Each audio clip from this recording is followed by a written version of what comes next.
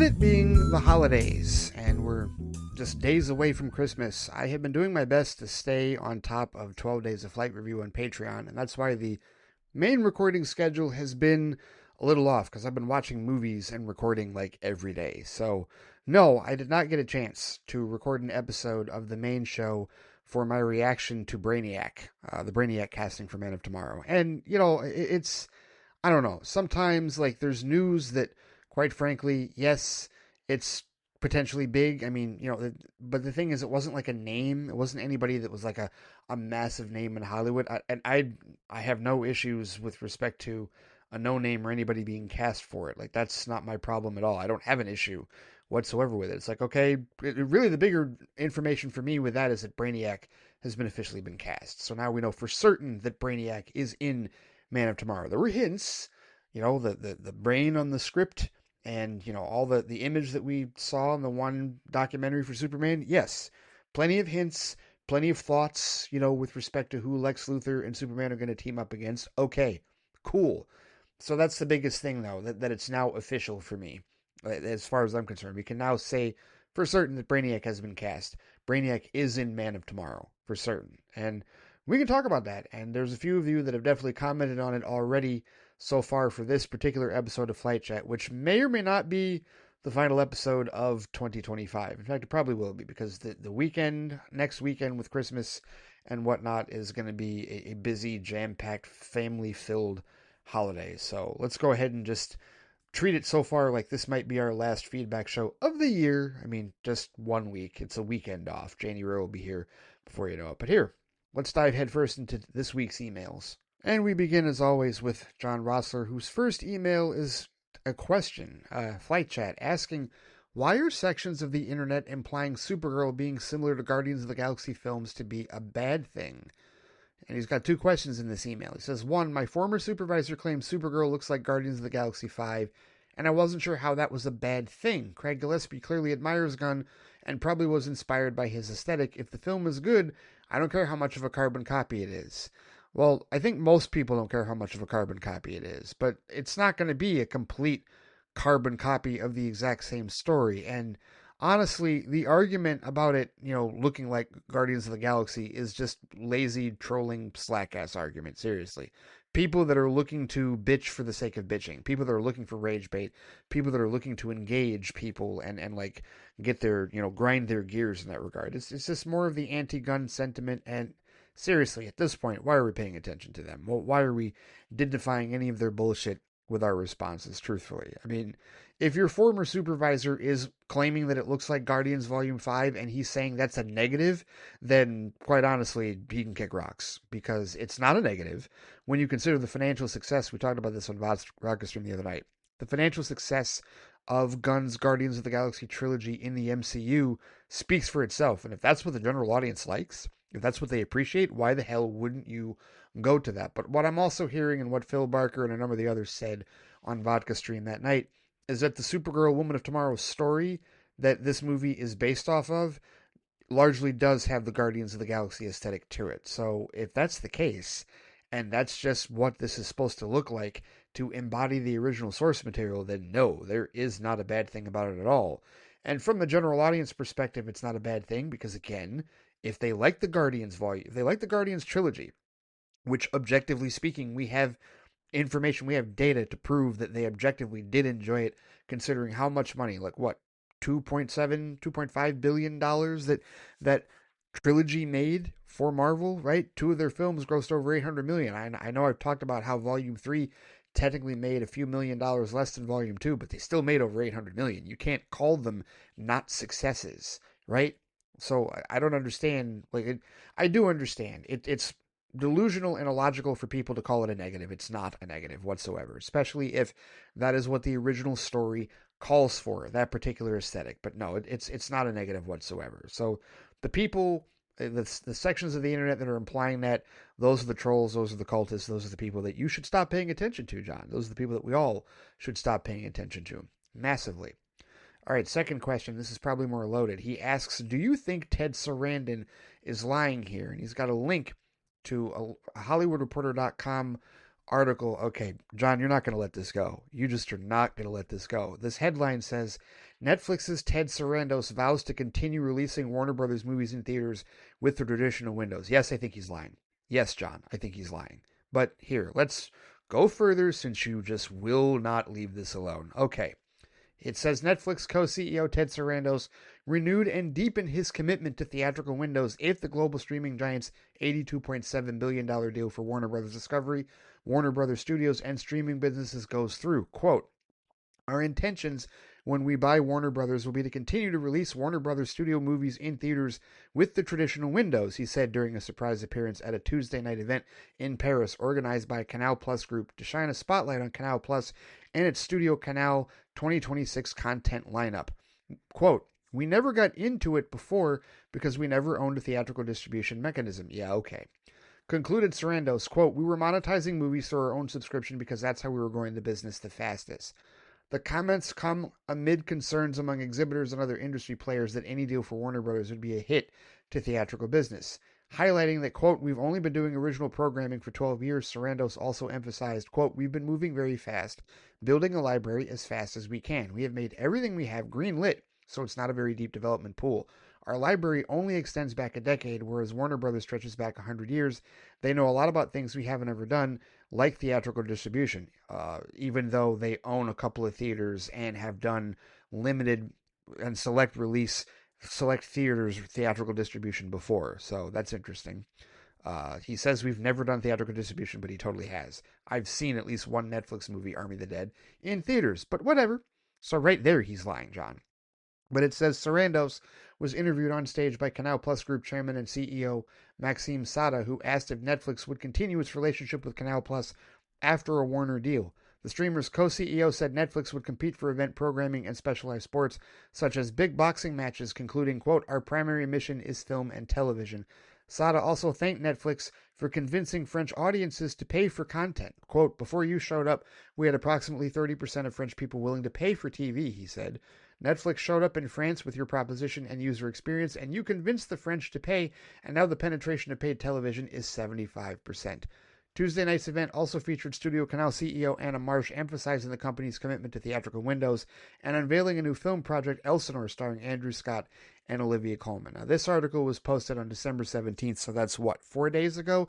Here's the thing, John. If you really want to be basic about it, and if you really want to say, well, if you think that me believing that Sarandos is a liar is saying that theatrical distribution is going to end immediately as soon as the deal is done, I've never said that.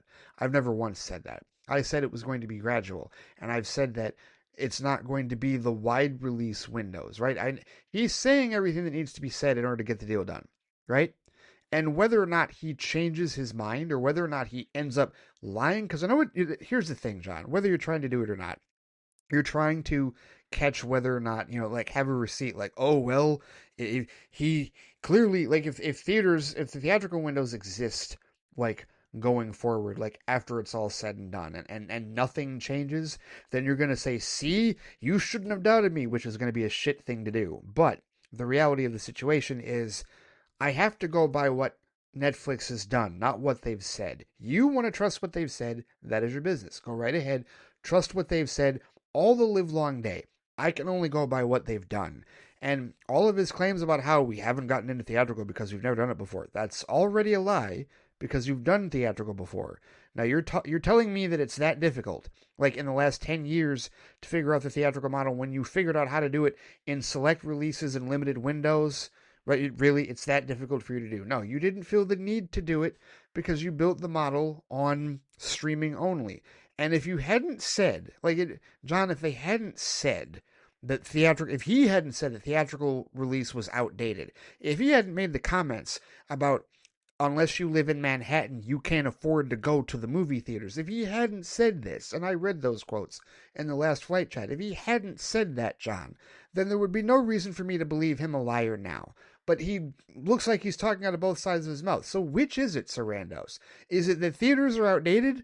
Or is it that now theatrical presentation is something that you're willing to explore? I don't know the answer, but all I can tell you is that based on your evidence, based on what you have physically done, that's all I'm going by here, John. Not your feelings, not my feelings, not what he says. I can't go by words, John. I cannot go by what they say. And I cannot go by your logic. I cannot go by my logic. I cannot go by what anybody says. I have to go by what Netflix has done. And based on the history of Netflix, wide release theatrical windows are in danger. Seriously.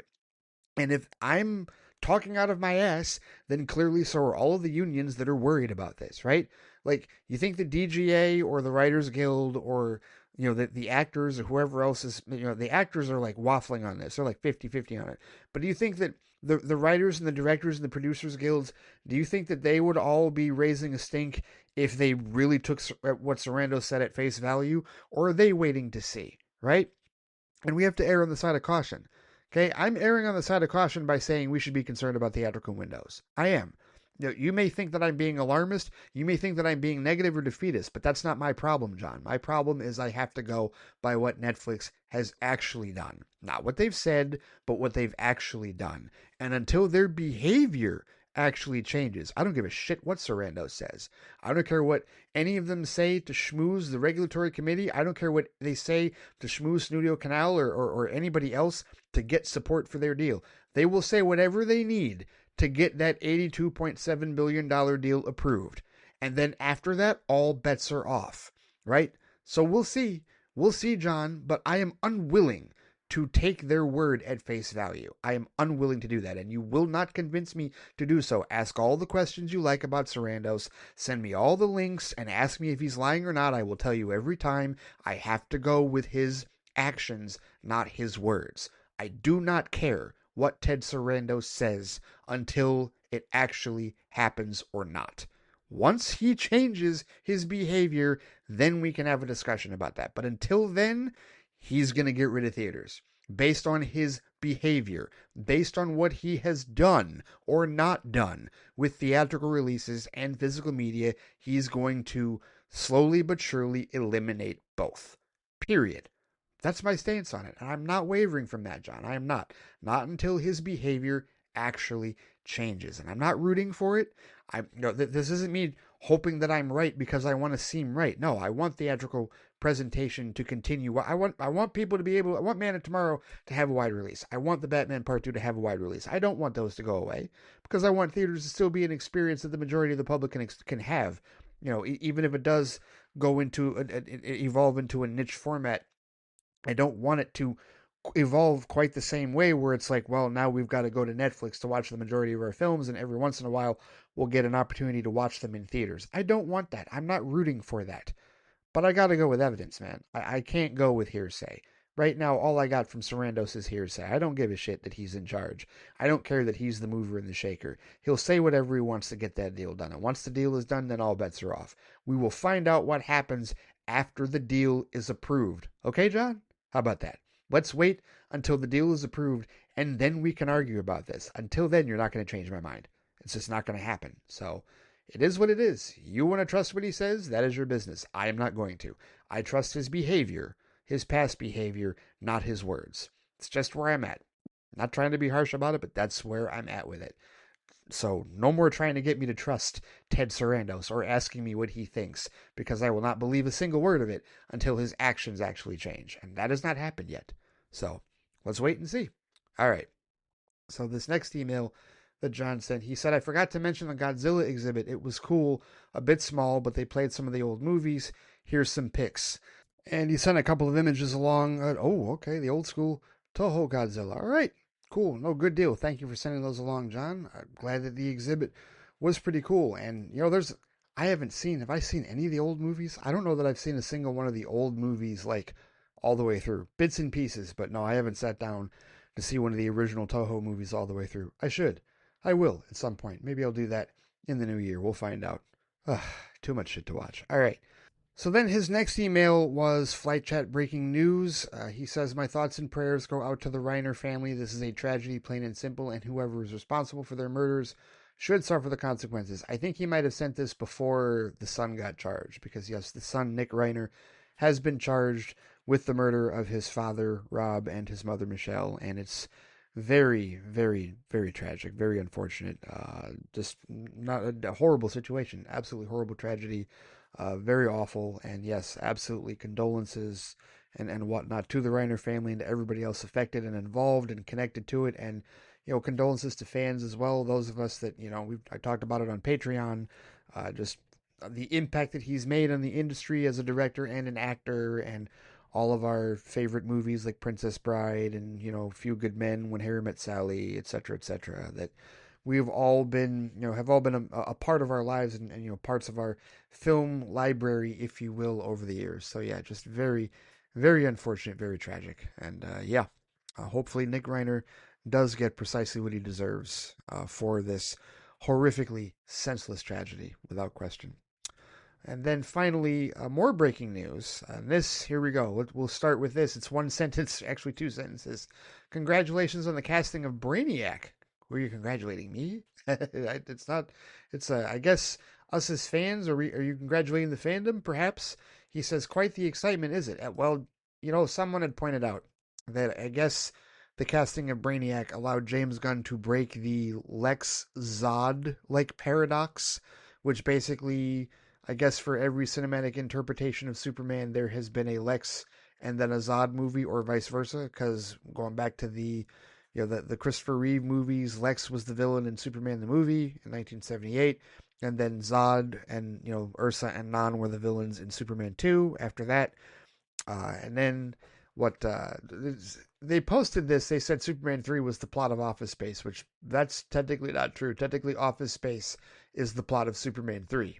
Right? And don't they mention Superman 3 in the movie? I think they do, right? Hackers also did the same thing, to be honest with you, in 95, but nobody ever mentions that.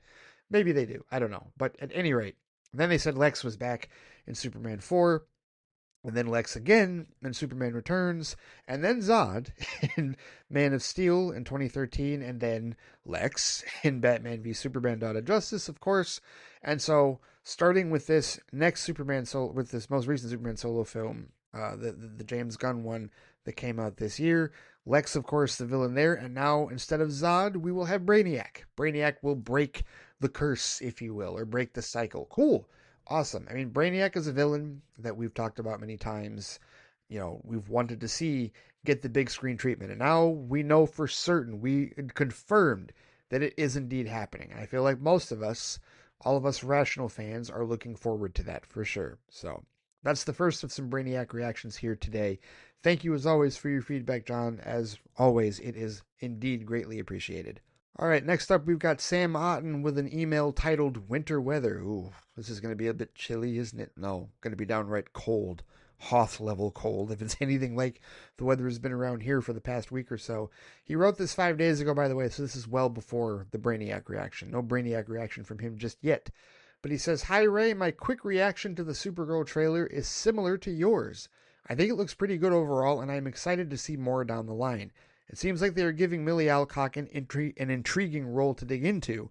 It also seems as though the director has a vision for the tone, at least as far as I can tell from the trailer, and I like the idea of the Supergirl film exploring the interstellar spaces, whereas Superman was Earth-based. And even Clark's issue with his Kryptonian parents in Superman was mostly about the implications for Clark's life on Earth. It was not an interstellar sort of thing like Supergirl is exploring. Yes, no, I agree with that.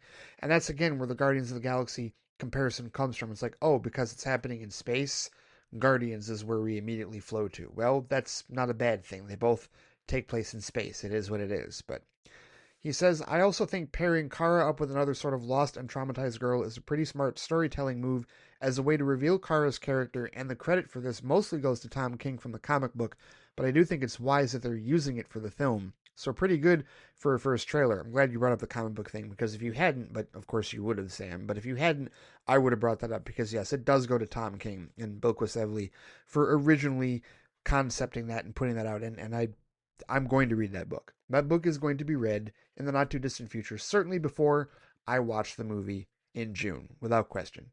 So then Sam gets to the title of his email and says, I also wanted to comment on a quick weather remark you made. You said that it was really cold and wintry up there in Michigan, but it was still a couple of weeks until the official start to winter. I presume that you are referring to the astronomical start of winter on December 21st based on the tilt and orbit of Earth in space. I admit that this is what's usually printed on calendars, but I'm a big subscriber to the meteorological seasons rather than the astronomical ones. He says meteorological seasons are based on actual life here on Earth, not phenomena out in space. Of course, different regions on Earth have different climate, but for me, having grown up in Michigan and now still living in the Midwest over in Missouri, the meteorological seasons are much better in my subjective opinion. The meteorological seasons are all just clusters of 3 months each, he says. December, January, and February is winter, which aligns with the snow and cold you were talking about last week. Doesn't it feel weird to call this autumn right now? He wrote that in parentheses. He then says March, April, and May are spring, June, July, and August are summer, and then September, October, and November are fall. At least where I've lived, these work really well in terms of feeling like the right descriptions for the seasons. What do you think? Have you heard of this distinction before? Would you agree that all of December feels more like winter and that all of June feels more like summer than spring? Sam Otten. So my like top level answer to this, Sam, is I go with what the National Weather Service says. And the National Weather Service, as far as I know, based on the meteorologists that I work with, they go by the astronomical one. It's not that they don't acknowledge or know about meteorological, but when they, give forecasts to the general public, they go by the astrological one. I get your argument about using, meteorological, basing on life in Earth, life here on Earth rather, instead of phenomenon out in space, but that hasn't been officially adopted. It probably should be because, yeah, it would probably make more sense in that regard, but it hasn't gone that way yet. And I feel like for not just meteorological, but also for timing purposes and scheduling purposes, people still go by, like how they go by quarter and whatnot. Like I think they still go by the astrological one. So yeah, it hasn't, or the astronomical one, I should say. So I would like them to change that officially. But until they change it officially, I'm going to go with what is officially said by the National Weather Service. I see your point, but it's one of those things where, there are times where I feel difficult to change a system if it's still largely spoken. Like for example, and perhaps this is not the best example, but because there's other political subtext as to why this nonsense is happening, but like the difference between the Gulf of Mexico and the Gulf of America. Now, as long as we've lived, it's been the Gulf of Mexico. I don't remember the story as to why it's called the Gulf of Mexico, but that's what it's always been called. And for politically ridiculous reasons and nonsensical reasons that have nothing to do with the price of tea in China, it's now been renamed by the current regime in the White House to the Gulf of America. It's rather ridiculous, but my point is that as far as I know, and as far as anybody else knows, and as far as the vast majority of the planet Earth knows, it's still the Gulf of Mexico. So trying to change to the Gulf of America seems rather foolish and silly unless more people do it, unless it becomes more of a standard in that regard, right? And again, this isn't the best example that I can think of because obviously switching to meteorological seasons actually has a point, actually isn't politically motivated, and probably would fit better based on what you're saying. But it's just not what we're used to. And I hear the school of thought saying, well, just because you're used to it doesn't mean you should still adopt it. It does make it easier, though. It makes it a lot easier when others adopt it. So, you know how like people argue that we should just switch over to the metric system instead of using the US standard measurements, and I forget why. Or the argument about we should get rid of daylight savings time. I understand both of those arguments, but we haven't gotten rid of daylight savings time yet. And we haven't switched to the metric system in the United States yet. So until those happen, we're still going to use daylight savings time, spring forward and fall back, and we're still going to measure things in inches, feet and miles and whatnot, instead of, meters and centimeters and kilometers and whatnot in that regard. And that doesn't mean that we don't use the metric system at all. I'm just saying for a lot of standard things in that regard. So, you know what? If they put it to a vote and we all voted to use, whether we were going to keep the astronomical system or go to the meteorological system, would I vote for meteorological? Sure, I would, but it has not changed yet. So I will continue using, at least publicly, the main system in that regard, because that's what I'm referencing, the National Weather Service. If they decide to change it, which I doubt would happen under this current regime, or who knows what regime it would ever happen under, like as far as, government-wise. But if that ever does change, I'll welcome the change because then we can change it, across the board in that regard. Because yeah, it is weird to call. See, but here's the thing though, Sam. Like living in Michigan, climates are weird enough as it is, and I almost feel like part of the reason that we go with the astronomical version is because what happened just a couple of days ago here in Michigan? We had a 50-degree day. We had a 50-degree day on Thursday. Now that didn't feel like winter at all. And I know it would be easy to say, well, sometimes winter has warmer days. 50 degrees is warm. 50 degrees is really warm. And around here, when that happens in Michigan, it feels like a heat wave. People probably broke out flip-flops and were wearing shorts and had their windows down that day. I'm almost certain of it. And then the very next day, it went back to snowy and cold and freezing, right? And windy. It's been windy for the last 2 or 3 days around here, in addition to the cold. So I feel like our weather in this Great Lakes climate is schizophrenic enough that we understand the imbalance on some level, right? Also, on top of that, how do the meteorological seasons deal with the sunlight aspect? Because isn't it still the case where starting today, because today is the day that astronomical winter begins, right? And isn't today supposed to be the shortest day of the year, right? And now from this point on, we're going to gain sunlight until summer officially starts on like June 21st or 22nd, right? So if we're measuring it, and I feel like that's also where this kind of goes into play in terms of why we use astronomical instead of meteorological, is because we're basing it on sunlight. And sunlight plays a big part into seasonal depression and like how people feel because, we need the sun and we for, not just for health but also for our dispositions and our moods and our behavior and whatnot. And so the fact that we're gaining more of it now, and that the fact that it was like dark at 4:30 today, like ugh, ridiculous, or somewhere around that time, right? I feel like that's a big reason why we're sticking with astronomical as opposed to going to meteorological. So while I understand meteorological, and that's a detail that would have to get ironed out, with respect to sunlight and whatnot, and it could be done, but yeah, until it's actually done, until it's like adopted, and again, put it up to a vote, I'll vote for it. I will. Things like that should be put up to like a vote. I think, like as far as like the states should vote. Like I don't care how inconsequential people think it is. It's inconsequential to people until it starts affecting them directly, and they don't realize because people don't think ahead. We're a very reactionary country. We're a very reactionary people. But stuff like that should be put up to a vote, and we should be able to say, hey, let's do with this or let's do with that, right? Let's do away with daylight savings. Let's do away with astronomical and go to meteorological and whatnot. So I appreciate the explanation, and I have heard of it, and I am aware of it, but I will hold out until the National Weather Service officially adopts it. Because then it's just not widely adopted yet. I would like it to be widely adopted. And here's hoping. If we're going to lead that push, if we're going to lead that charge, great. Awesome. I'll sign up for it. I will. I'll sign that petition, whatever is necessary. I'll make that vote. I'll mark it down on my ballot if it does come to that. Which again, I think it should. But yeah, so far I will just stick with what we've had like so far, like our whole lives until we officially switch over in that regard. So yeah, was not expecting that was where you're gonna go with the whole weather thing, but still cool. Cool. I appreciate that, Sam. Thank you as always for the feedback. All right, next up, Stu Little chimes in with an email titled, "You Scots sure are a contentious people."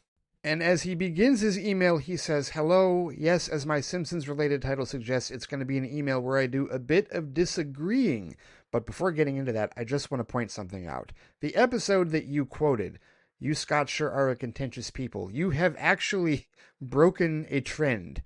And that trend is this. I have noticed in like the last month or so, recently, that anybody that usually quotes The Simpsons usually quotes an episode from the first 10 years. Very few times, in fact, I can't even recall a time until now, that an episode outside of season 10 has been quoted. But you, Stu, just quoted season 15, episode 12, Millhouse Doesn't Live Here Anymore. I had to double and triple check to make certain that this wasn't, in fact, a first 10 seasons of the Simpsons episode, which widely among my friends, among people, coworkers, and whatnot that I speak to, those first 10 years are like the best 10 years and like the strongest like writing as far as the Simpsons are concerned. But you actually went 5 years after, which don't get me wrong, Simpsons still funny for me for a number of seasons afterwards. And I think season 15 it was still like around the time of, the movie and other things that were happening. So still cool. And it's still the Simpsons. Come on, the Simpsons in many ways is still the Simpsons. At least for me it is. I know some people probably disagree, probably when you get to season 25, 30, and up or whatnot. But hey, let's get to what you're disagreeing about. He says, starting with John R.'s thoughts on John Cena's final match ending in him tapping out to a submission hold, he said that he could have passed out from the move, which would mean he still lost, but never gave up. But if you watch how the final sequences of the match played out, Cena repeatedly broke out of the hold for his only for his opponent Gunther to keep reapplying it. And when Cena finally did submit, he did with a smile and in an almost perfunctory way. Some have said that Cena didn't give up out of pain, but out of a sense of acceptance and fulfillment with what he'd done, not just in this match, but in his career. That's how I view it, and that's why I think it doesn't violate the John Cena creed. Stu says, I also disagree respectfully with John R. in his statement that he doesn't blame the crowd for booing WWE Chief's creative officer Paul Levesque for this ending when he came out as part of John Cena's post-match send-off with other WWE personnel. I do blame those people for this, because for one thing, it was tarnishing John Cena's moment, which you'd think people who care about him would want to avoid doing. Furthermore, I think it shows a lack of critical thinking about what the ending meant and was just being mad he lost, period. Professional wrestling fandom has a comic book guy problem. Just want to be clear here, I'm not talking about John Rosler. He seems totally reasonable as a fan. Where there's a lot of second guessing of creative decisions. Some of this is valid, and some of this seems very, very narrow-minded, he says. I will leave that to you and John Rossler, Stu, because I'm not a WWE fan. I really cannot offer you any commentary with respect to what either of you are talking about. I will just say, fair enough. So for the next paragraph, he says, that's enough about wrestling stuff. Sorry to burden you with all that, Ray, but my next topic is about Predator, which is connected to the previous one too coincidentally, as Predator cast member Jesse Ventura is a former wrestler and was in fact in attendance for John Cena's final match and did have a bit of funny input. If he's won the world title 17 times, then he's also lost it 17 times, and who would want to boast about that? Anyway, he says, on the subject of Predator, you said that lumping the franchise into purely horror category was stupid, and I agree. It shouldn't be lumped entirely into horror. It's action and sci-fi, but there is also a strong horror element to the original movie. Jungle Hunter is built up like a horror monster with the cloaked glimpses of him and the brutalized remains of his victims and the first-person views of him watching the soldiers, not to mention the overall design of his face to be as scary as possible. The death of Billy is handled like a horror movie too, with the cutaway and us just hearing his screams. Even Arnold is depicted as scared of this thing, fleeing for his life until finding out about the way to camouflage himself. Point is, it's a blend of genres in my opinion. That's my piece on the matter. I don't need another situation like the one where you said 30 Days a Night wasn't a horror movie, just a vampire one. I could have continued arguing that one at the time, but I figured if I waited long enough, a Squadcast Movies episode would cover it, since it was a comic book originally, and Tim and Scott at least would handle that debate for me. Alas, it's not to be. You've really been wow, you Scots really are a contentious people. Because you've been holding on to what I said about 30 Days a Night for that long, Stu, really? Well, here, I don't know if I said this before when it came up, but I will reiterate this. I've never seen 30 Days a Night. That was one that, had we gotten to it at Squadcast Movies, I would have watched it, like, all the way through for the first time, because I've only seen bits and pieces. I don't remember exactly what I said. Maybe you do. Perhaps you can quote me verbatim, since you've been holding on to it for this long. But I think that my position on vampire movies is that they're vampire movies and not horror movies. And that's just my own personal distinction, because I'm sure somebody could consider a movie like Dracula or even a movie like Sinners to be a horror movie. But I look at vampire movies as its own subgenre in that regard. And to me, they're not all horror. I know they have elements of horror, but do I consider the Underworld movies horror? No, I do not. Do I consider any of the Blade movies to be horror movies? No, I do not. Now, if we wish to split hairs, and I do think it's splitting hairs in terms of saying, well, I think this has horror elements in this, I suppose you can do that. I don't really care to do that, though. My whole point is that the people who dislike Predator Badlands because it's not a horror movie, because they categorize the Predator franchise as a horror franchise, that's what I think is stupid. If you want to argue that there are horror elements in any of the movies, including Predator Badlands, you go right ahead. That's not an argument I wish to have, because certainly there are horror elements in it. I'm just saying it's not strictly a horror franchise, not to the case of derision. I think that's really what it comes down to, Stu, is people that want to use a designation to negatively prove a point, to say something negative about a film. Screw that. Absolutely not. That's unnecessary. That's trolling, in my opinion. That's really what I'm aiming at. How you feel about the a first Predator film having horror elements, and how you feel about 30 Days of Night. I don't really care. At least not in that regard. Like as far as having horror elements or whatnot. Now, I tell you what, because you brought that up about 30 Days of Night, and because you've been holding on to it, and since we're not going to get to it on Squadcast Movies, I will make certain to watch it for an episode of Flight Review. I will. It'll probably be on Patreon, but I will make certain to review it on Flight Review at some point in the not too distant future. There's a good amount. I've been thinking ahead in terms of movies that I'm going to watch for Flight Fright next year. And you know, there's a ton of movies, like horror movies, that I haven't seen that I don't necessarily want to wait until October of next year to watch. So I will make certain that 30 Days of Night is one of the movies that I don't wait until October to watch. I will finally watch it. I will give my thoughts on it, that I can, finally, watching the movie all the way through, and then I will have that discussion. I will remember. I will write this down. I will absolutely write this down. I do not want to forget this, because I want that resolution for you, Stu, and I want to be able to resolve it. As far as the opinion here, 30 Days of Night. I'm writing this down. I swear I am writing it down. 30 Days of Night for Stu. Yes, I'm not joking. I'm going to watch this movie. I'm going to review it. I don't know when. Hopefully in the not too distant future, but it's going to happen. Yes, there's too much shit to watch. I will make time to watch this movie and then give you a full-throated discussion about whether or not it really is a horror movie or just a vampire one in that regard. So here we go. I just thank you for bringing that up. He says final disagreement is with one Anthony J. Dorsey about Gen V's second season having Chance Perdomo's real-life tragic death cause his character's father, Polarity, to fill the role. I personally thought it was a great addition to the ensemble. Having an older person was certainly different, and was a bit of a redemption arc for that character as he had to deal with his failings as a parent, and also got to be a valuable asset in uncovering the scheme given his unique relationship with the other veteran capes. Teaming him up primarily with Emma was also a good odd couple pairing. Alright, cool. I haven't seen Gen V. Here, just full disclosure. The last episodes of The Boys I watched, I got to 2 episodes before the end of Season 3. Which means I have not watched Season 4. I have not watched either of the 2 seasons now of Gen V. And when does Season 5 of The Boys premiere? Here, is there a date for that yet? Yes, there is. April 8th, 2026. Okay, let me write this down as well. Thank you for bringing this up, Stu, because I need to get caught up on The Boys before April 8th, 2026. All right. So I'm writing this down. Get caught up.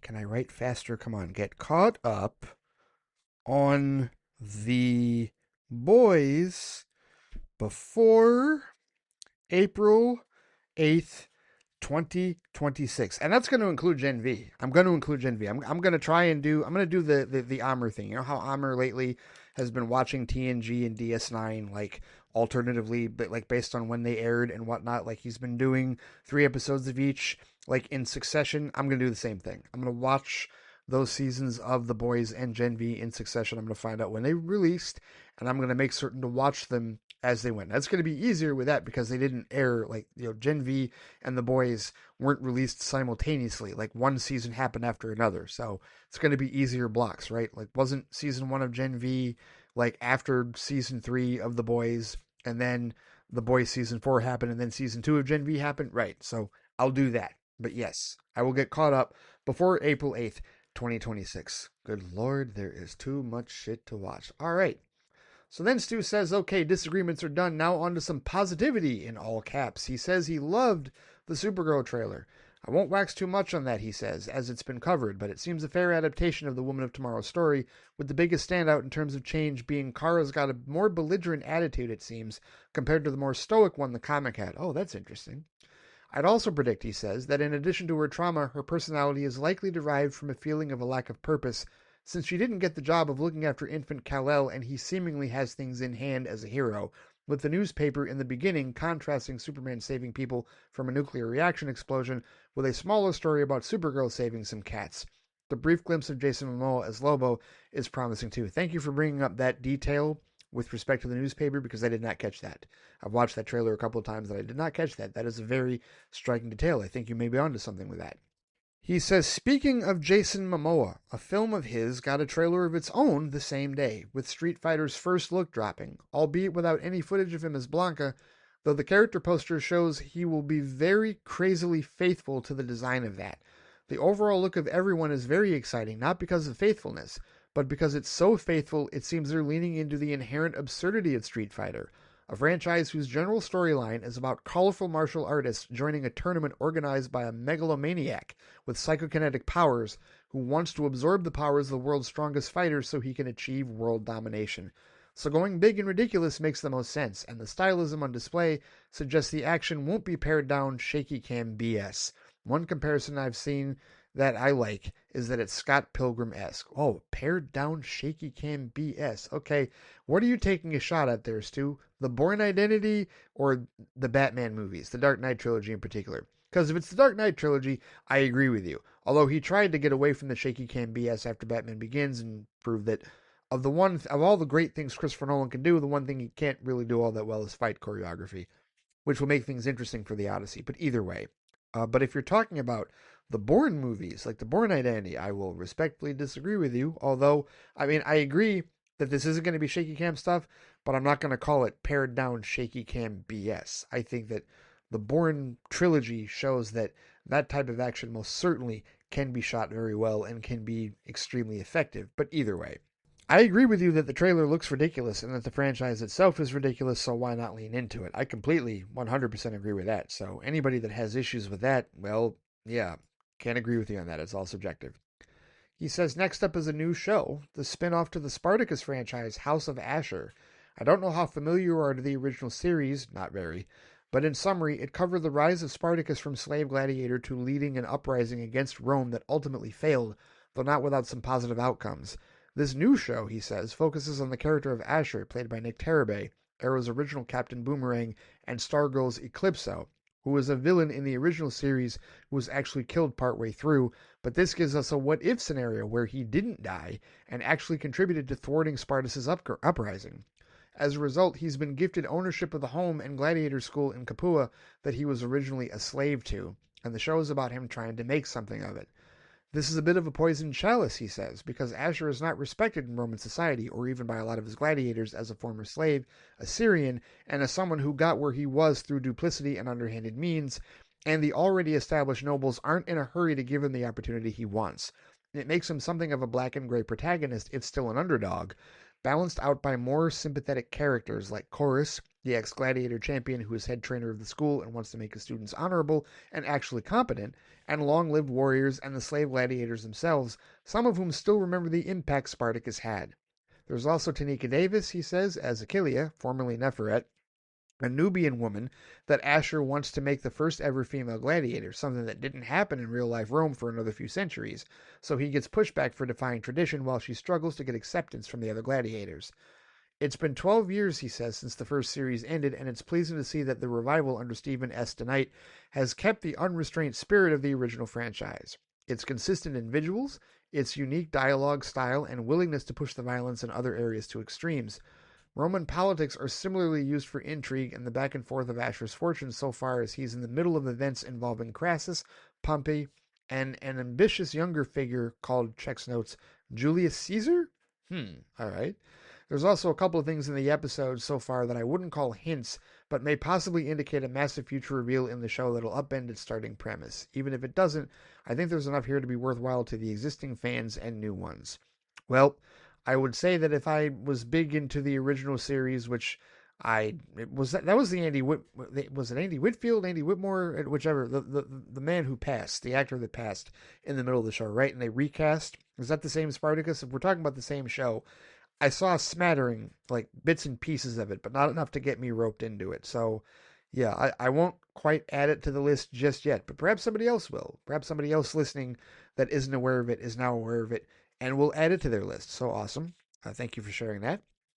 He says I'll almost end on a bit of a video game recommendation with the recently released Marvel Cosmic Invasion, a retro beat 'em up throwback that's loosely based on the Annihilation storyline where cosmic bad guy Annihilus leaves the negative zone to invade the wider universe, and across the story mode you play as various Marvel heroes with a roster of 15 characters in total, some of whom need unlocking through play. It's a good mix of characters like the Annihilation story's original protagonist Nova, as well as mainstays like Cap, Spidey, Iron Man, Wolverine, Storm, Black Panther, Venom, She-Hulk, and more left field and deeper cut choices like Phoenix, Rocket Raccoon, Beta Ray Bill, Silver Surfer, Phyla-Vell, daughter of the original Captain Marvel. Oh, I don't think I've ever heard of her. And Cosmic Ghost Rider, an alternate universe Frank Castle who became the spirit of vengeance for outer space. They all have different playstyles, and a novel twist is you actually pick two characters per player to control and can switch between them, which gives you some options for approaches. The locations are varied, he says, with New York, Wakanda, a Sentinel Factory, the Savage Land, Asgard, and other planets, with bosses including Taskmaster, Claw, Hela, and MODOK. Some of them, I will admit, have annoying gimmicks to them, like Claw being intangible unless you do a specific thing that requires specific timing to make him vulnerable to damage, and Hela will teleport constantly. One fight that was surprisingly simple and not too challenging, he says, was the one against Thanos. You could even call the encounter perfectly balanced. In general, the game is fun, and the replayability comes with the size of the roster, making you want to see what each character can do, especially since you can unlock alternate looks for them. It has the old school 2D graphics and music styling down perfectly, and there's good voice casting, including the voice actors for Wolverine and Storm being the ones from the 90s X-Men series and X-Men 97, and Spectacular Spider-Man's Josh Keaton reprising his role as the web slinger. Overall, it's good value for money, he says, from a publisher, Dotemu, I hope that pronounced that right, that's helped to revive the beat-em-up genre in recent years with the amazing Streets of Rage 4, TMNT's Shredder's Revenge, and the innovative Absalom. And here they mix an old-school playability with a few modern touches to keep it fresh. If I had one complaint, Stu says, it's a very petty one that beat-em-ups are typically known for their urban settings, and making this game have a cosmic focus means that once again, I don't get to play as Daredevil, my favorite Marvel hero. Maybe they can do a DLC based more on the streets? Alright, that's a very comprehensive review of Marvel Cosmic Invasion. Retro beat-em-up throwback. Alright, nice. He says on a more somber note, rest in peace to Rob Reiner. I had an email topic in mind relating to him before learning of what happened to him and his wife. It was about movies that are of a quality that make you watch them sparingly so they don't become less special. The Princess Bride is one for me, as it's a film whose viewings are always a few years apart. Take care and have a happy holiday, Stu. Thank you for the kind sentiments and the feedback, Stu. Princess Bride is a movie that I own. I would not necessarily say among Rob Reiner movies that it's one that I revisit consistently, but I also don't know which Rob Reiner movie I would revisit consistently as far as him being like a director. But I hear you in terms of like rewatching it every now and then so that it doesn't lose how special it is. I mean, for people where frequency, affects them in that way. And I don't know that frequency affects me in that way with respect to how special I consider movies for myself. But it is all subjective in terms of how people measure that. But yeah, it's been a minute since I've watched Princess Bride. I have the Criterion Collection version, which actually comes in a really nice storybook-looking digibook, to be honest with you. It's 4K as well, so I don't know. One of these days, perhaps if I do like a Rob Reiner marathon, I might watch it at that point. I've only seen it all the way through maybe once or twice. In fact, I can really only recall one specific instance where I've watched it all the way through. So it might be due for a full rewatch in the not too distant future. But again, there's too much shit to watch, even stuff that I've already seen. So, but either way, thank you as always for the feedback, Stu. Thank you for sharing. Indeed, always greatly appreciated. So next up is our resident Superman superfan Waliyu Mustafa, and what's funny about this is first he sends an email titled Last One for the Year, which he sent just a day ago, and he sent it at 5:19 p.m. Eastern Standard Time, which I think is 5 hours ahead of 5 hours behind rather, of where he is over in England. But let's read through this email and determine whether it really is his last email of the year, because I suspect, based on what he says or doesn't say in it, might not be the last one. He says, "Hey Ray, I hope this makes it in time for the weekend." It did. He says, "Let's get right to it. Saw the trailer for Supergirl and it did what it was meant to do. Whet one's appetite wanting more. My main takeaways were Crypto peeing on the newspaper, the last days of Krypton, and Jason Momoa's Lobo. Yes, the trailer does have a Guardians of the Galaxy feel to it, but that doesn't bother me. As someone who has read the comic book, it is 100% a space adventure, and I'm looking forward to seeing how it translates to the big screen." Yeah, I mean, seriously, like if space adventures look identical in the comic book universes, and if they're going to take the same liberties and have a distinct like visual style that looks similar on screen, then what's the problem? Especially since the source material appears to be drawing from that, as I said earlier. He says, "I'm not going to mention any of the bad takes people have had online about the trailer, especially about Millie Alcock. As far as I'm concerned, they are not fans and they have no idea what they are talking about." Outstanding. Correct. Could not agree more. Let us move forward and leave those bitches in the dust, Wally. You completely agree. Thank you for that. He says, "As for the little preview we got for Lanterns, I was shocked to see what Kyle Chandler's Hal Jordan did to Aaron Pierre's Jon Stewart, leaving him in the car like that.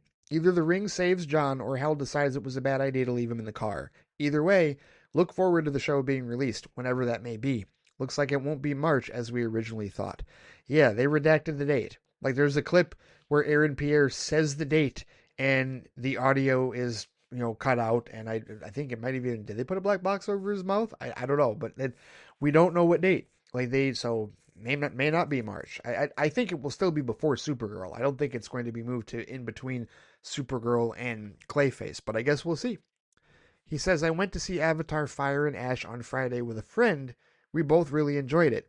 I have no doubt this will be another hit for James Cameron. The visuals, again, were stunning. I hear James plans on doing spin-offs, but I think he wants to take a break first. Probably a good idea, to be honest." Hey, let's check that out real quick, because I'm behind, because I didn't see The Way of Water yet, and it's been some years since I watched the first film all the way through. So, yeah, I haven't seen Fire and Ash yet for that reason. So funny enough, I read an article that said that the domestic opening for Fire and Ash was actually like underwhelming, or at least below what their expectations were. Now, the original Avatar movie in 2009 opened to 77 million domestically. Way of the Water opened to 134.1 domestically, right? And both those movies crossed $2 billion. This one, Fire and Ash, only 88 million domestic. Oh no. What are they going to do? Nothing. They're going to continue on because it made 257 million internationally. That's 345 million worldwide in 3 days. Friday, Saturday, Sunday, as far as the opening weekend of this film is concerned. It's going to be at least another $1 billion hit because that's what James Cameron does with the Avatar films. And we'll see how much further over $2 billion it does. Nothing even remotely to worry about in that regard. So, bravo, James Cameron. At some point, I will get caught up. Wally, you glad that you enjoyed it? He says, "Besides the film being really good, we got an exclusive preview of Christopher Nolan's The Odyssey. It showed the moment the Trojans took in the horse, unaware that the Greeks were in it. It was really intense." I've heard that. Hey, come on, that's a day one watch. It's Nolan. Come on now. Day one watch in theaters without question. He says the Supergirl trailer was also shown, and then there was a tease for Avengers Doomsday. Steve Rogers will return. Thank you for saying Steve Rogers, not lazily saying Captain America, because you know, as well as I do, Wally, that Captain America is now Sam Wilson, not Steve Rogers. He says, "I think we can all agree that this was likely to happen, though if you ask me, it should have been kept a secret, but I know it is for more nostalgic purposes and to get the general audience interested." Absolutely. And that to me is probably the biggest concern that I have with Avengers Doomsday is, are they leaning too hard into the nostalgia instead of going into new places with the MCU? Because I'm ready to see the X-Men. I'm ready to go into different directions and places with this franchise, but it really just seems like for one last blast with Doomsday and Secret Wars, they're getting the band back together. And it's like, okay, all right, we'll see how that goes. We'll see if it draws in the numbers. That's what they're looking for. They're looking for $2 billion. They're looking for a massive, massive hit like they used to get all the time with Avengers films. They're looking for one more of those. And we'll see. We'll see how it goes. It'll be very interesting to see how the audience reacts to it, to be honest with you. But no, it doesn't surprise me one bit that he's coming back, that Steve Rogers is coming back. Doesn't bother me, or doesn't surprise me or bother me one bit. And I hear you as far as keeping it a secret, but they want more hype. And if you tell them that Steve Rogers is returning, especially anybody that didn't necessarily care for either The Falcon or The Winter Soldier or Brave New World, right? And I really don't give a shit about either of those people, but for those people who want to see Steve Rogers return, yes, that could be an extra draw for them. So marketing-wise, I get why they did it, even though I do agree with you, that would have been a nice surprise to wait for, like, when the movie actually released. So then Wally asks, are you all set for your birthday as well as Christmas? I have to ask, what was your mom's reaction when you were born on Christmas Day? Just a random thought. We're just about done with the presents for Micah and Estelle. I think they will have a great Christmas this year. I look forward to the reactions to what Santa has brought them. I have yet to listen to any of your 12 Days of Christmas reviews, but that's mainly because I've been off work since Tuesday and won't be back at work until the 5th of January, and I always listen to your stuff too and from work. Well, it's all there. We're 9 days in. Today was day 9 of the 12 Days of Flight review. It's been a journey. It's been fun. Let's see. We started off with Batman Returns and, determined whether or not that's officially a Christmas movie. I have a definitive answer with points and evidence one way or the other with that. The second movie I watched was Jingle All the Way. That was on day 2, and that I hadn't watched that movie in a number of years, and I definitely have some differing thoughts with respect to that particular film, although I've met some people recently that agree with me about it. Then I watched The Holdovers, which I think was recommended by Jared Cardos, if I'm not mistaken, and I had some surprising thoughts with respect to that film and some things about it that I didn't know, which if I had known, I probably would have watched it sooner.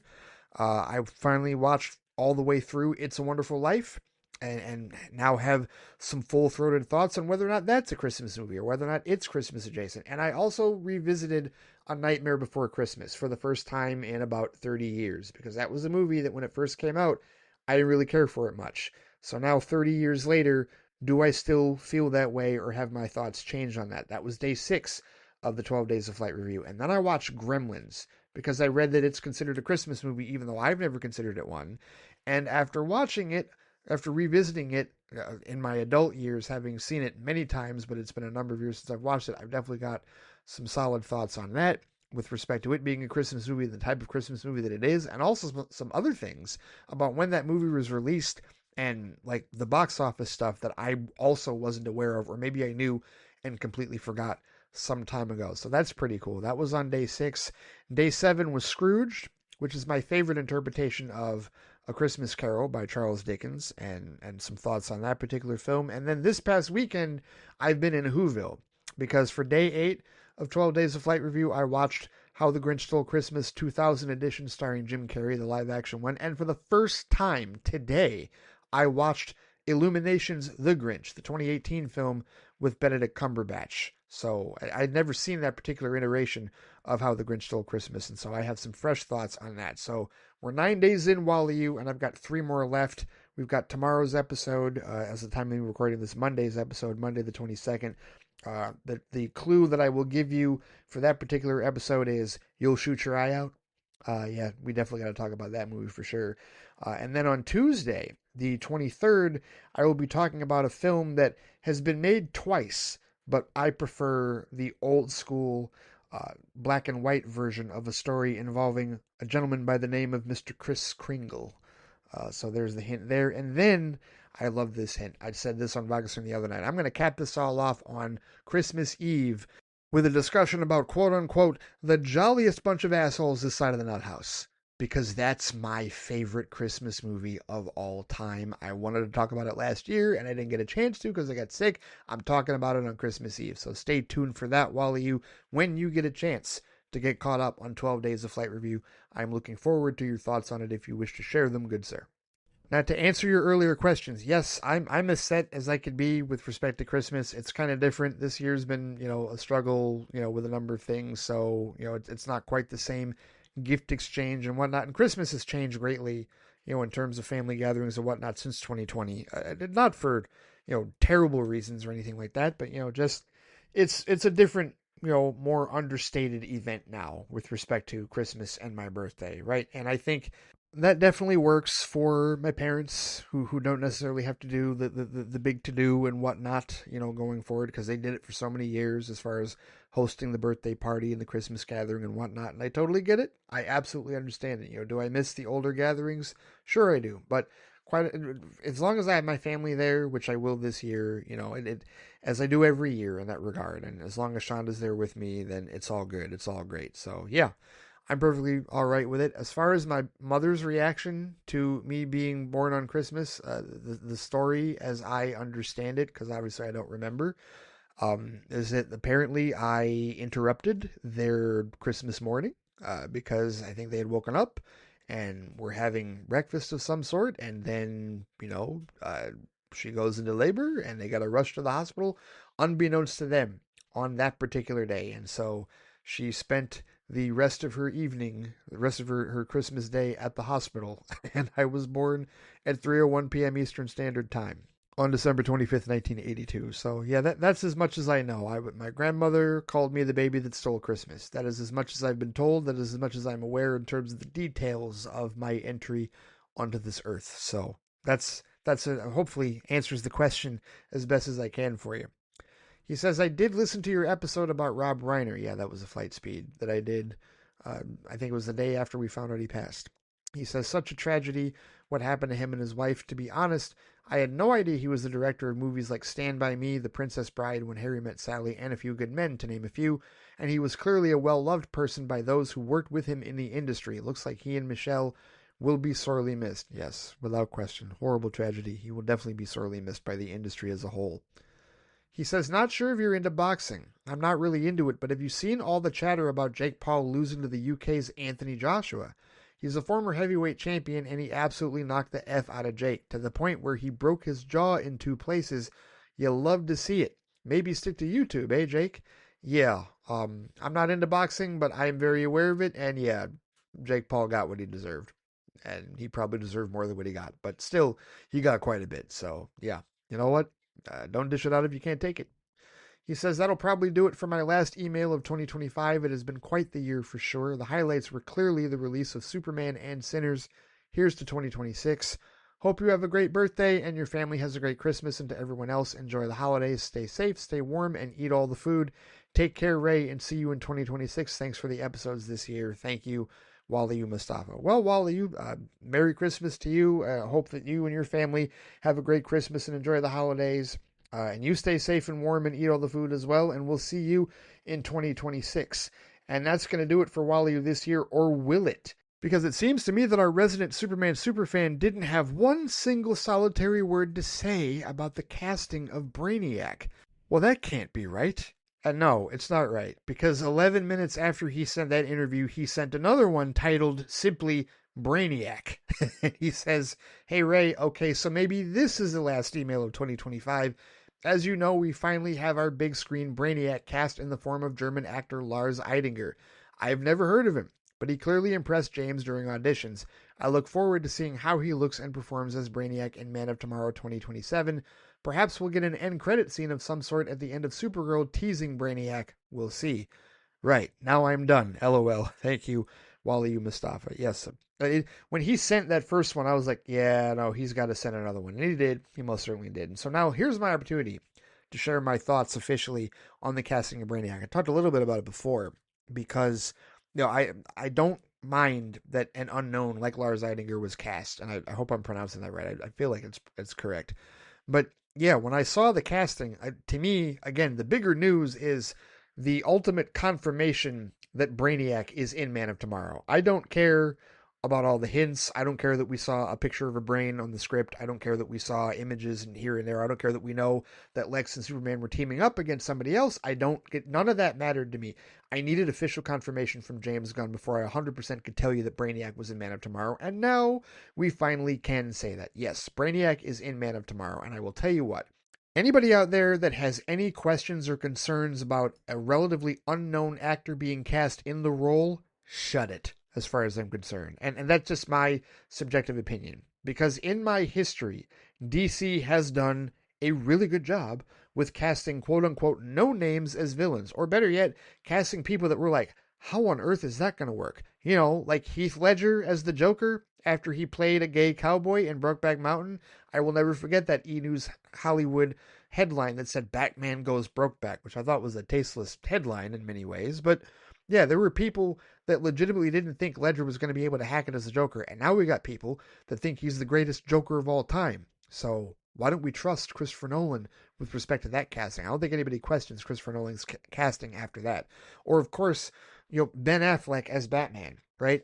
And even now, even people that don't necessarily care for the Snyderverse stuff, I feel like a lot of them still at least say, well, Ben Affleck wasn't the problem. He was awesome as Batman, right? Like that was never their issue. Ben Affleck was never their concern in that regard, right? So I feel like DC does a really good job in terms of casting unknowns or people that we just wouldn't think of in a particular role in a particular role. As far as unknowns, I tell you what, the last live action interpretation of Brainiac that I saw, Blake Ritson, I had no idea who he was. That's from Krypton, people. Those of you that have seen the 2 seasons of Krypton, you remember Brainiac in that show? Remember how badass he was? Remember how awesome he was in that show? Who knew who Blake Ritson was before then? Seriously, who knew? What in his filmography had anybody largely seen before that? Are you going to try and claim to me that you remember knowing him as Johnny Sloan in Rock and Rolla from Guy Ritchie, or that you saw him in Dead Man Running, or Titus, or AKA, or Hyde Park on Hudson, or even Hitman's Wife's Bodyguard? No, I don't think so. I don't think many of you knew him from any of that, or from any of his TV appearances like Doctor Who The Lost Stories in 2011, or World Without End, or Da Vinci's Demons, or Indian Summers, or Emma, or God on Trial. No. So my point is that an actor that is an unknown to you but has a bunch of acting credits elsewhere, yeah, I would just go ahead and wait and see with respect to that for DC, especially with villains. And let's also be clear here, when we're talking about James Gunn's success, whether you wish to admit it or not, James Gunn to this point in time hasn't failed with a single comic book film. And do not throw the Suicide Squad at me, because you know good and damn well COVID-19 and Warner Brothers day and date policy screwed that movie over. That's objective fact. And if you're not going to adhere to that, then that means you're saying that Shang-Chi and the Legend of the Ten Rings sucks, because that movie was also affected by COVID-19. And that at least had a bigger theatrical release and didn't have the premiere access nonsense in that regard. So no, don't pawn that off on me. But if we're talking about regular theatrical releases, Gunn has the Guardians trilogy and he's got Superman. All successes. He's well over $3 billion earned. So I think from that standpoint, it might be a good idea to trust his castings with respect to a character, okay? He cast Cornswet, people like Cornswet as Superman. He cast Nicholas Hoult as Lex Luthor, people like that. He cast everybody in Superman. Is there any character in Superman that people didn't like the casting about largely? No. Not largely, okay? There's always going to be some stick in the muds here and there. But I have no issues with respect to him. If this dude tested well, if this dude had a great audition, if he impressed James Gunn, why wouldn't I trust James Gunn with that? James Gunn has not steered me or any of us wrong. He hasn't steered me wrong, okay? Maybe he steered you wrong. Maybe you don't like what he does. But he hasn't steered me wrong in terms of a casting choice. So I have no reason not to trust him with this dude being cast as Brainiac. I am just excited that Brainiac is coming to the big screen, because it's been a long time coming. The closest we got to Brainiac being on the big screen was actually Superman 3. I know that earlier somebody called it the plot of Office Space, which is not true. The plot of Office Space is the plot of Superman 3. But we had a low-rent Brainiac controlled by a low-rent Lex Luthor in that movie. That's the closest we've ever gotten to Brainiac being on the big screen, not small screens. Do not throw Smallville at me. Do not throw Supergirl or any of the other television adaptations of Superman and Kryptonians and whatnot at me. I'm talking big screen here. All of these disclaimers are for anybody, you know how fans are out there with respect to, well, no, there was this and no, there was that. No, big screen, people. Big screen adaptations of Brainiac. We're about to get our first one. And yes, in Gunn, I trust with respect to the casting on this one, because he has hardly steered me wrong yet. So, yeah, definitely exciting, definitely intriguing, definitely looking forward to it. So, we'll see what happens. And maybe there is a teaser pointing to that in Supergirl. I don't know. It depends on, I don't know how they're going to handle this, because I also don't know, if Lanterns is going to get mentioned or if Clayface is going to get mentioned. I don't know if there's going to be this handoff like there was from Superman with Supergirl being in the end sequence to the Supergirl movie, right? Because obviously Peacemaker Season 2 happened in the middle of that. So, I don't know. We'll see. We'll see how it goes. But either way, yeah. It's great news. It's fantastic. I'm glad Brainiac has been officially 100% confirmed. And let's see what this dude, Lars Eidinger, does in the role, for sure. But I have no reason not to trust it, based on James Gunn's track record, for me, personally, subjectively speaking, to this point. So, thank you as always, Wally, for that feedback. I'm glad you got the Brainiac feedback in as well. We will see you next year, good sir. Happy holidays. All right, next up, Alex De Silva. His email this week is titled Flight Chat 30. I'm going to need to see some green lasers in my Green Lantern show. That doesn't sound like a quote from something. Might be an original quote from him. We'll see. He says, "Hey Ray, some more sports talk and then some fandom talk. So after all the fan backlash about the exorbitant prices for attending the World Cup this summer, FIFA has announced that they're going to be releasing $60 tickets to each team, and it'll be up to the team to decide how they want to distribute those $60 tickets to supporters. It's crazy that all the backlash and outrage actually got FIFA to lower prices for some. Yeah, I've heard like not great things about FIFA as an organization, so what do you know, the power of public pressure actually helps." He says, "I have Fubo, which up until a few weeks ago was perfect for me, as it allowed me to watch all four major Boston sports teams' games. But recently, negotiations between Fubo and NBC didn't go well. So Fubo no longer carries any NBC channels, which means no more NBC Sports Boston, which means no more Celtics for me unless I sail the high seas.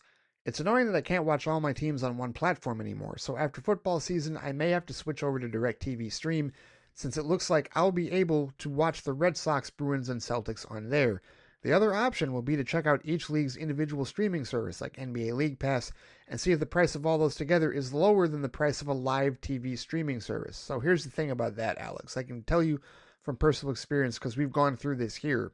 A couple of years ago, YouTube TV and Bally Sports, their negotiations broke down, and YouTube TV basically said, "No, screw you, we're not going to renegotiate the carriage fees." And that's usually what this is the broadcasters want to renegotiate carriage fees and up the price, and the service providers, the YouTube TV, the streamers are saying, "No, hell no, we're not doing that."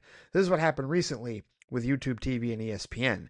I don't know if the terms are different with respect to what Fubo and NBC is going through, but I will tell you that usually the company balks, and like, gives in to YouTube TV. Like this has happened before with another different, like the affiliate that I used to work for, WEYI.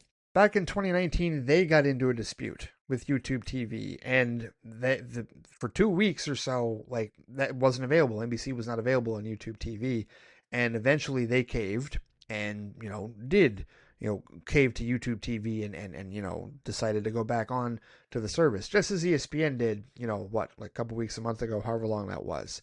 But in the case of Bally Sports, yeah, they never caved. And so I haven't been able to watch Red Wings, Pistons, or Tigers on like YouTube TV for the last 2 or 3 years, maybe even a little bit longer than that. If I want to watch them, I have to get what is now the FanDuel Sports app, because FanDuel Sports is now in charge of that app, and that's an extra $20 a month. I tried a free trial of it, but honestly, I don't know that it's 100% worth it. Maybe at some point I'll do it later, but right now I don't need it. I just watch games whenever they're available, like on, YouTube TV, like on ESPN or something like that. I don't necessarily have to watch every game. Now, if I was somebody that was watching every game religiously, then yes, that would be an issue, being a cord cutter in that regard. But I think that, for your sake, I don't know about league passes or if there's somewhere else that you can get NBC Sports Boston, right? It was a case where FanDuel, before when it was Bally's, they bought the regional sports networks from Fox, which included Fox Sports Detroit, which is what had like Wings, Pistons, and Tigers for me. I don't know how that works for Red Sox, Bruins, and Celtics for you, like if it's the same thing, but if there's any other service that carries that, I mean, it might be DirecTV, but does that mean you're going to ditch YouTube TV? I don't know. I guess you'd have to weigh the pros and cons of that. For me, YouTube TV, you know what I might do, truthfully, this year, even with YouTube TV, is they're talking about that sports package, the sports specific package that they're going to have with that's going to be cheaper. And it's like, you know what, that might not be a bad idea, because it's not like I watch like really any other content on YouTube TV like that. I've got plenty of other streamers for other content. I just need my live sports in that regard. So if it ends up being that YouTube TV is going to get cheaper for me with that sports package, then I might think about getting FanDuel, because then if the price of YouTube TV and the price of FanDuel ends up being less than what I currently pay for YouTube TV now, then it's worth it for me in that regard. So I know it's tricky, but you got to weigh the pros and cons, and also weigh how much you watch all these sports. You may watch these sports more religiously than I do, like as far as brand new games. A lot of times I'm content with highlights. I'm content with red zone and stuff like that for football and everything. So yeah, it really just depends on how much you need to see the games live when they air in that regard. He says, I was able to watch the recent Celtics versus Pistons game since that one was streaming on Peacock, which was nice. It was a pretty close game, but the Pistons were victorious in the end. Color me actually shocked that the Pistons are currently number one in the East.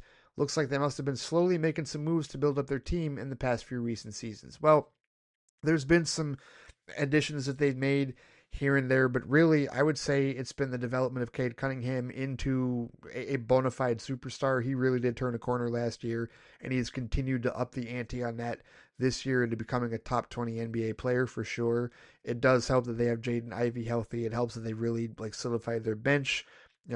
Beef Stew has been a physical presence for them. I mean, he might be a little of a hothead and may provide, a bit too much physicality, that could get him in trouble with the refs and whatnot. But still, no, this team definitely has some grit and determination and kind of embodies the Detroit Pistons workflow, even in a league that gives up 110 points a night as, great defense is considered in the league these days, right? These shootouts, man, it's crazy to see so many games in, like that game was what, 112, 105. I'm just not used to that. I'm more old school in that regard. But either way, the Pistons definitely seem to be turning a corner. For them to be at 22 wins already at this point is phenomenal. And, I think I don't think they necessarily have a great shot against the Western Conference team in the finals, but for them being number one in the East, they seem to be able to hang tough with Eastern Conference teams. They might be a free agent acquisition away, or a trade deadline acquisition away, I should say, from really being a definitive contender in the Eastern Conference. We'll see, because we know Giannis is going somewhere. It'll be very interesting to see where he goes in that regard. But yeah, no, it's been a great start to the season for us, no doubt about it. He says, shifting gears now, there's a sentiment among book elitists that people who listen to audiobooks aren't real book readers and they aren't actually reading the books. What do you think about this perspective? My perspective on that, Alex, quite honestly, is even though I see their point with respect to the difference between reading and the difference between listening to someone read it to you, why does it matter? Like, what's the argument to be had here? Like, is there a thing where, okay, so are you offended if somebody says they read a book, but it turned out to be an audiobook, whereas you actually read it without somebody else's audio? Then I would ask, why does it bother you that they read it through an audiobook? And that's what it really comes down to is, why does it bother anyone? And I'm not saying you, Alex, but I'm saying the people that have a problem with that. Why is there a problem with book elitists? Why do audiobooks bother them in that regard? Because if you don't think somebody's actually read a book because they're listening to it, well, then your problem is with the audiobook format in general. And if that's the case, what is your problem? Because, why does it matter? Because if you don't want to use an audiobook, you don't have to. You can go ahead and read the book. I don't hear audiobook people calling book elitists old school or boomers or fuddy-duddies because they don't use audiobooks. What I do hear people say is that they use audiobooks because they like listening to them in the car, or they otherwise can't be focused. They can't sit down and like look at the pages and turn the pages and whatnot, and they like having the option of being able to listen to them. And for anybody to sit there and go, well, you're not actually reading the book because you've got to turn the pages or you've got to like have the tablet in your hand. Well, go kick rocks. Seriously. Like, why are we gatekeeping that?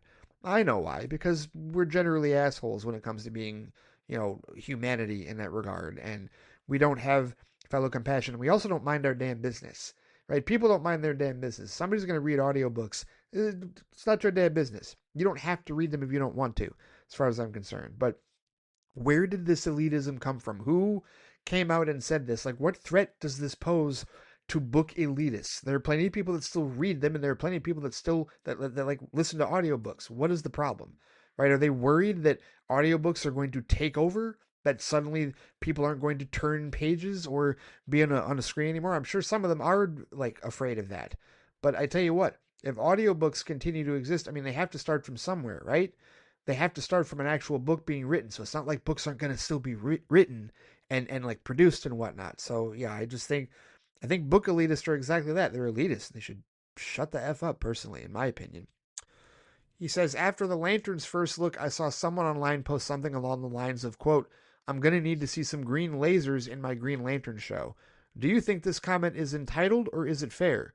Oh, it's entitled. It's very entitled because, first of all, green lasers, and I question whether or not that person is a Green Lantern fan, because what green lasers are we talking about?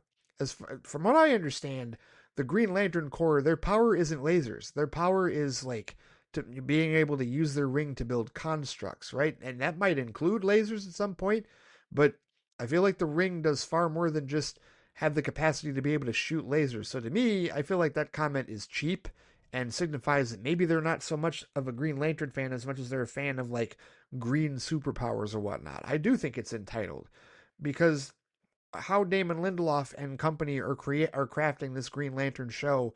Oh, so what if you don't see if you don't see green lasers, then it's a bad show? Whatever. Kick rocks again.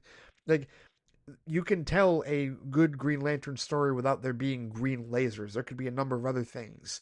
And it doesn't even have to be special effects heavy. I think that's what the comment really is saying. The comment believes that it's going to be too gritty and it's not going to be fantastical enough for me. Well, that's your problem. That's up to you, right? You can feel however way you want, but yeah, entitled. I would lean way more towards entitled than I would say fair. And again, if that's what you're looking for, green lasers, I question how much of a Green Lantern fan you actually are. Because as far as I understand, those rings do far more than just potentially shoot lasers. So, oi, cheap comment. He says, I've also recently heard the optimistic sentiment that one of the reasons Netflix is acquiring Warner Brothers is precisely so that they can break into the theater industry. Netflix has no filming backlot or pre-existing theater market, but Warner Brothers does, so this could be a more firm entry point for Netflix. That is a very optimistic sentiment, Alex, and I wholeheartedly hope that that is exactly the case, right? That is the scenario that I am rooting for. But again, when it comes to evaluating the possibilities of this deal, I have to go with Netflix's prior behavior. I have to go with what's on tape. I have to go with what we know them to do. And as I said on Vodka Stream the other night as well, they have to determine, Netflix and Ted Sarandos, they have to determine what is more cost effective for them. Is it more cost effective to get into the theatrical distribution market or to get rid of it entirely? Because they haven't needed it. Like the people that say, well, they need that revenue. No, they don't. They don't need that revenue. And for the people who say, well, they're greedy, because this is what William from Sci-Fi Center was arguing, is that they're not going to turn down money, to which I say that depends on whether or not they think it's more cost effective to get rid of theatrical or to keep it. Because again, with theatrical, you have to share money with exhibitors. You have to share money with the chains. You got to share money with AMC and Regal and Imagine and all the other chains, right? You have to share that revenue. That is not 100% your revenue. So it just comes down to whether or not Sarandos and Netflix believe that it's more worth it. Is it more profitable to share that revenue, or is it more profitable to hold everyone hostage on the Netflix app? We're going to find that out. We don't know that answer, but what I can tell you is that evidentiary-wise, it doesn't look good. Like, it would require them to completely shift their approach and their personality, and maybe they've done that. Maybe what Sarandos is saying is the truth, but I cannot trust it until the action is actually taken, period. So, hey, that optimistic sentiment is great, but that's all it is right now, an optimistic sentiment. Until it actually becomes fact, until it actually goes into practice, that's all it is, just an optimistic sentiment. So, let's hope it goes further than that, but right now, that's all it is, hopium in that regard. Let's hope there's enough hopium to make it firmly a reality at some point. Shifting gears to Star Wars, Alex says, during my Rebels rewatch, this question came to mind. Why would anyone in the Star Wars universe join the Empire? Once you get promoted and earn more responsibilities, the slightest mistake could mean your death at the hands of a pissed-off superior officer. It just really doesn't seem worth the hassle. Well, I tend to agree with you, and the episode, quite honestly, from Rebels, one of the ones that stands out to me, because I've only watched Rebels all the way through once. But the one that really stands out to me is that one where Zeb and Kallus got trapped on that planet together and had to, like, rely on each other to survive. And then when they both got rescued, if you will, went their separate ways, the juxtaposition of the difference between what happened when Zeb went back to the Ghost and when Kallus went back to the Empire was striking, right? Zeb goes back to the Ghost and he is welcomed lovingly by Ezra and Sabine and Hera and Kanan and everybody else, and even Chopper's asshole. Like, even him, like, Zeb is welcomed with open arms back into the family of the rebels that he's been a part of for the last however many years. Whereas when Kallus, like, went back to the Empire, no one gave a shit. No one cared. He just went, no one said, hey, good to see you or anything. It was very cold and calculated. He just went to his room and sat by himself. It was a very lonely, drab, and miserable existence because he's just a number to them, and there is no compassion whatsoever. And that was the whole point of that. The whole point of the juxtaposition between the two. And so I hear you. It doesn't feel like there is a worth the hassle with respect to joining the Empire. I think a lot of times the reason they join the Empire is out of fear because they see that the Empire is inciting fear and like ruling with an iron fist, and they just want to be on the right side of it so that the Empire doesn't kill them with whatever sort of massive force that they have. I think that's literally all it is. I think they bully and scare people into joining their ranks. I don't think it has anything to do with, you know, the risk or the hassle. They just go, well, we can either kill you if you are not one of us, or you can risk being killed if you are one of us. But that's the problem, right? Is like when you get into the Empire, they still don't care about you. Like they may care that you're not a rebel, but they don't care enough to actually give a shit about your life when you're one of them. So yeah, I hear you, but I just think it's fear and intimidation as to why anybody would join the Empire, to be honest with you. He says, I also started my Mandalorian rewatch in preparation for The Mandalorian and Grogu this May. In rewatching the first episode, a series of thoughts came to mind regarding IG bounty droids. What exactly is their motivation? Are they after bounties simply because it's in their programming or because they want to be paid? If they're being paid, do they keep the credits for themselves or do they hand them over to their creator? How independent are IG droids? If I'm the owner of an IG droid and I send it to do a bunch of bounties for me and earn me money, can I consider myself a bounty hunter even though I'm doing literally none of the work? I feel like that's an Anthony Dorsey question because I don't know nearly enough about IG droids whatsoever to be able to answer any of those questions for you or even begin to process, because to me, droids in the Star Wars universe have emotions and they have thoughts and they have feelings, so it always seemed to me like they could work for themselves, but they do end up working for everybody else. So maybe they aren't out for themselves, despite the fact that they can be autonomous and make decisions and whatnot. So yeah, I don't know. Those are great questions. I unfortunately am not quite I mean, as big of a Star Wars fan as I am. I'm not nearly as well versed in the lore of Star Wars to be able to answer that question. I could answer that question if you asked it about Data or Soong type androids or like any machinations in the Star Trek universe. I could answer that question all live long day. I can't really do it with Star Wars, unfortunately. So Anthony Dorsey, Jared, anybody else who wants to answer that question, Phil, anybody else that wants to answer that question, go right ahead. I just said Anthony because I've argued the most about Star Wars with him, to be honest with you.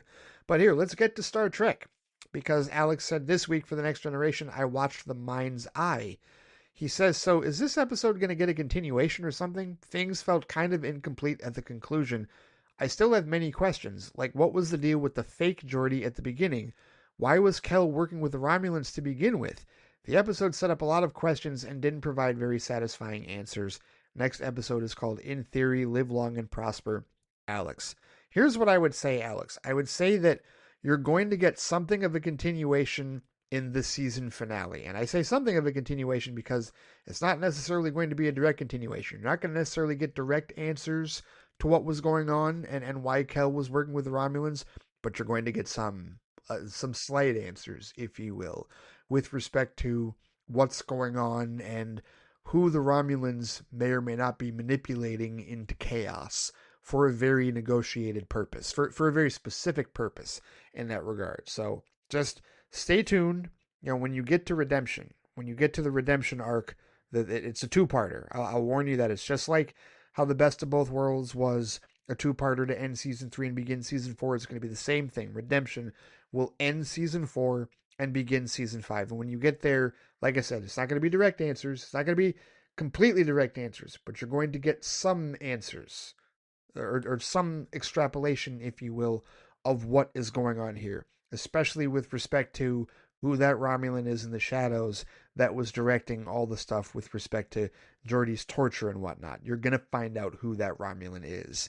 And it's a doozy. That's all I'll tell you. It's a doozy. So I will leave it at that, good sir. Looking forward to the rest of your feedback. And when you get to that particular episode, thank you as always, Alex, for sending your emails in. And finally, we'll close out this week's Flight Chat with an email from Jared Cardos titled Some Christmas Movie Thoughts and More Supergirl Trailer Talk and Lanterns 2. He says, hey Ray, hope you're doing well. I have to say I really enjoyed your 12 Days of Flight review this year. You've done some interesting ones so far, and I like how you've been talking about some of the darker examples, like Batman Returns, Nightmare Before Christmas, And I just saw Scrooged show up on the feed. Yes, I also did Gremlins. I also did Gremlins as well, right before Scrooged. He says, this has also given me a thought. I feel like there is an underappreciated sense of horror that comes with the Christmas holiday. After all, it's cold, dark, the living world around you is dead or dying. There's a sense of dark and melancholy that our festivities and traditions are used to combat, and to come together and shine a light into the darkness. That is intriguing, and I imagine that there's got to be some Christmas movies down the road or in some fashion that have dealt with this, right? Because I know there's some deeper, darker Christmas movies. I certainly have barely scratched the surface on that. Because, yeah, there was a bit of a weird period in there where it was Nightmare Before Christmas, then Gremlins, and then Scrooge. Yes, all three of those were a bit darker. But even a story like A Christmas Carol definitely can have a darker spin on it, regardless of what version you're watching. Except maybe Muppet Christmas Carol, which I haven't seen. Maybe that'll be one for next year. But yeah, I hear you. Very much so, in terms of, especially if we go into the origins of Christmas and whatnot, like, yeah, I could see that being a motivation for the existence of the holiday without question. He says, since you were wondering, there was a Supergirl series during Rebirth, so if you were picking everything up, you probably got some of them as well. I remember reading some of it when it was coming out and liking it well enough. It was written by Steve Orlando, who has a pretty good history as a writer, and I remember it tried to combine some of Kara's past history with aspects of the Supergirl TV series, like having the Danvers as a foster family and Cat Grant as her boss. Now that I think about it, I'm going to have to try to read all of that at some point.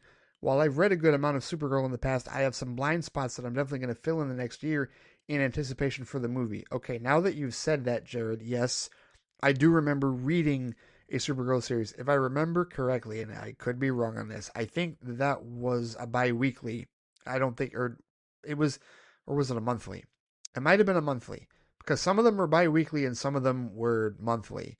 So I think that was one that I read less issues of, and I really don't remember a whole lot of it. Quite honestly, I remember more of the Superwoman, like, Rebirth run that I read, and I think that was definitely monthly. Like, there are certain runs that I read in Rebirth that struck out to me more than others. The Supergirl one was not one of them, and I don't know why that was.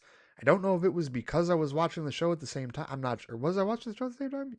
Yeah, the show would have been out. Yeah, the show was in the middle of its transition because it started on CBS in 2016 and then transitioned to the CW in like 2017, right? 2017, 2018, around that time. So yeah, I don't remember a whole lot about that book. In fact, I'm struggling to remember details about it now, but there's other runs in Rebirth that definitely stood out to me. I would like to reread Rebirth. I liked most of what I was reading with Rebirth. The only book that really, like, I didn't vibe with a whole lot at all was Hellblazer Rebirth. That one I just did not care for much at all. But all the other ones I found some things to enjoy. So yeah, definitely gonna have to look into that again as well after I read Woman of Tomorrow, because that's the next Supergirl anything that I'm going to read for sure.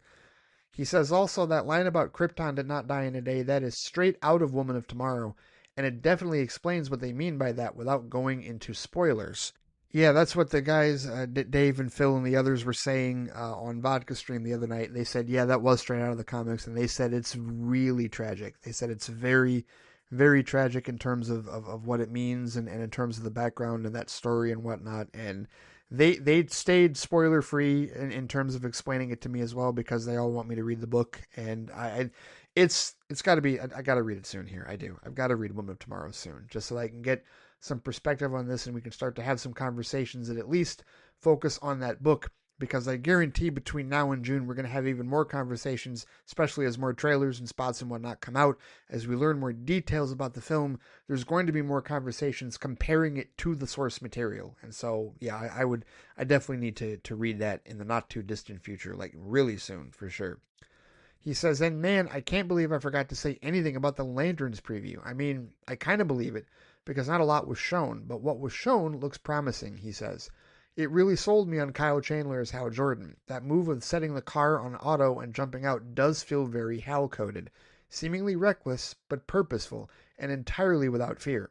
I've heard some people be worried that there won't be enough Lantern superhero material, but while it definitely sounds more grounded than, say, Superman, I don't think there's enough to judge it either way. I just know that with the creative team attached, that it's going to be at the very least intriguing to watch every week.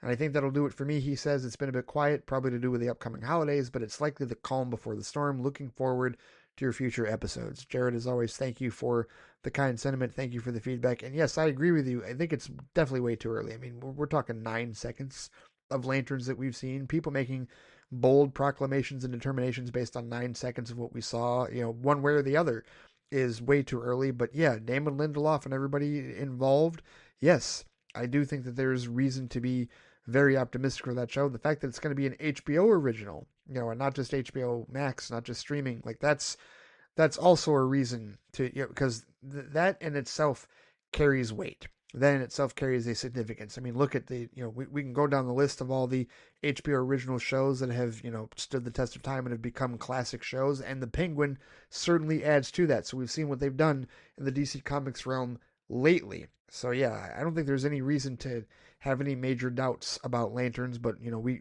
will find out, whenever that release date is, to be honest with you. But I agree with you that with the creative team attached, it's going to be at the very least intriguing to watch every week for sure. I don't know that I'm going to be expecting Watchmen level, but it would be nice if it was close to that. That'd be cool. That'd be really awesome. But we'll see. We will see how it goes either way, good sir. But thank you as always for the feedback, and happy holidays to you indeed. And that will do it for this episode of Flight Chat. Thank you so much to everyone who sent in feedback. Thank you to John Rossler. Thank you to Sam Otten. Thank you to Stu Little, Alex De Silva, Wally Mustafa, our resident Superman superfan, and Jared Cardos as well. Thank you to everybody who sent in emails. This may or may not be the last Flight Chat of the year. And I tell you what, starting in the new year, I think I am going to take up Jared on his suggestion. He was thinking last week, suggested on our last Flight Chat episode, of reversing the schedule with respect to having Flight Chat on Saturdays to end the week and having the new show on Sundays to start the new week. That's not a bad idea. It's not a bad idea. It would have been one to start this week, but the Brainiac news happened on a Saturday. So it was like, and I didn't even do an episode for that, but definitely got to share my thoughts on it here with all of you. And some of you got to share your thoughts on it as well. So that's awesome. That's cool. But we'll definitely have more to share and talk about it in the new year. As of right now, I will go ahead and say that next weekend, be taking that weekend off as far as the main show and Flight Chat. I will finish 12 Days of Flight Review right through Christmas Eve. But after that, we'll do a bit of a reset and come back and hit it the weekend, that first weekend in January. Remember, January 1st is on a Thursday, right? So we will come back on January 3rd and 4th and hit the ground running as far as new news, as far as to talk about, as far as looking forward to the year of 2026 in movies, TV, and other assorted media, and feedback as well. It's been kind of a tough year in general for people, but it's been a solid year, I would say, for films, right?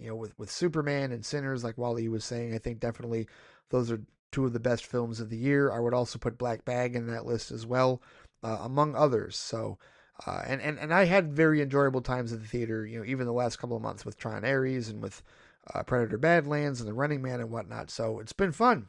It has been fun as far as movies, TV, and other sort of media is concerned. There's a lot to get caught up on, and there's a lot more to touch on going forward. But I tell you what, thank you so much for everybody that has listened to this show. Thank you so much to everybody that has contributed feedback over the year. If you have any feedback that you wish to contribute for our first Flight Chat in the new year of 2026, if you want to talk about any of the stuff we talked about here, or any new news that could potentially happen between now and then, anything about movies, TV, and other assorted media, what you might be looking forward to for movies, TV, and other assorted media going forward in the year 2026, you know where to find me on Threads and on Instagram at The Flightcast, on BLUESKY at Flightcast. You can comment on the posting for this episode on the Flightcast YouTube channel. There's also the Flightcast Facebook page, and of course I can be reached by email at ray@theflightcast.com. All right, take care. Stay safe out there. Happy holidays. Have a safe and happy new year. And I will see you all next year. All right, take it easy.